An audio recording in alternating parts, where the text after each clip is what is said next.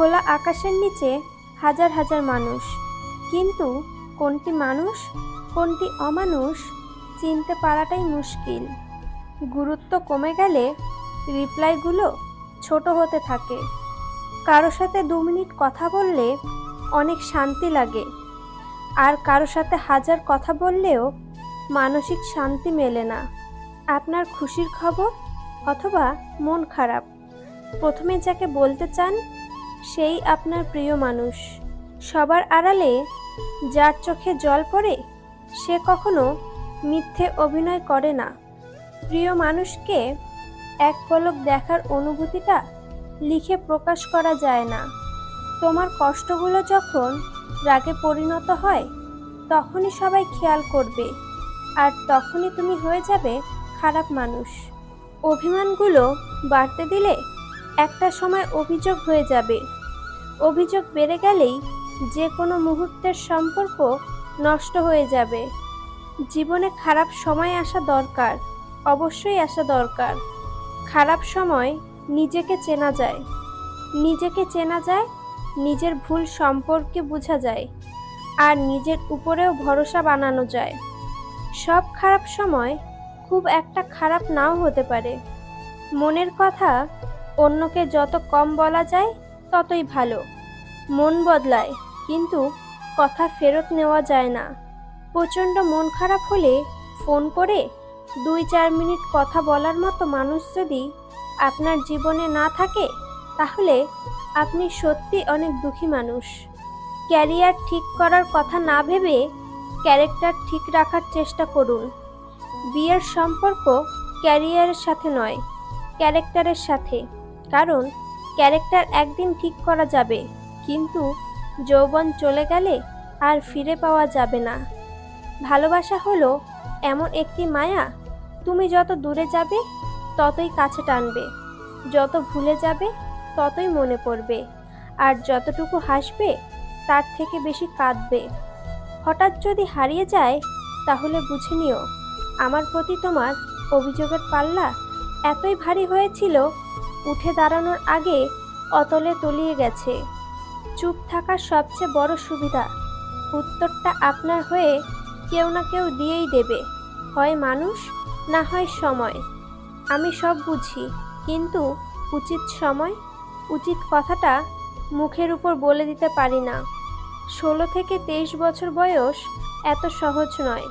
তুমি বন্ধু হারাবে, প্রিয় মানুষ হারাবে, তুমি ভুল করবে, তুমি পড়ে যাবে, তুমি ব্যর্থ হবে, তুমি কিছু বুঝতে পারবে না, তুমি বাস্তবতাকে আঘাত করবে, তুমি নিজেকে হারাবে, এবং অবশেষে তুমি নিজেকে খুঁজে পাবে, এবং তুমি শক্তিশালী হবে। আজকাল মানুষ মজা কম করে, মজার ছলে অপমানটাই বেশি করে। মানুষ অপরাধীকে খোঁজে শাস্তি দেওয়ার জন্য, আর আমাদের রব আমাদের খোঁজে ক্ষমা করে দেওয়ার জন্য। বর্তমান বাস্তবতা, রাজপ্রাসাদের মতো বড় বাড়ি অথচ পরিবার ছোট, ব্যাংক ব্যালেন্স প্রচুর কিন্তু মনে শান্তি নেই, ঝুড়ি ভরা ডিগ্রি অথচ সাধারণ জ্ঞানের অভাব, হাতে দামি ঘড়ি অথচ সময়ের অভাব, প্রচুর ফেসবুক বন্ধু কিন্তু বিপদে খোঁজ নেওয়ার কেউ নেই। অবহেলা কতটা ভয়ানক সেটা কেবল সেই বোঝে যে প্রিয় মানুষগুলোর কাছে অবহেলিত। কাউকে এমনভাবে কষ্ট দিও না যাতে সে খাবার খেতে বসে তোমার দেওয়ার কষ্টের কথা মনে করে খাবারের উপর কেঁদে ফেলে। মানুষের থেকে তার ছায়া বড় হলে সূর্য অস্ত যায়, মানুষের থেকে তার অহংকার বড় হলে মানুষ অস্ত যায়।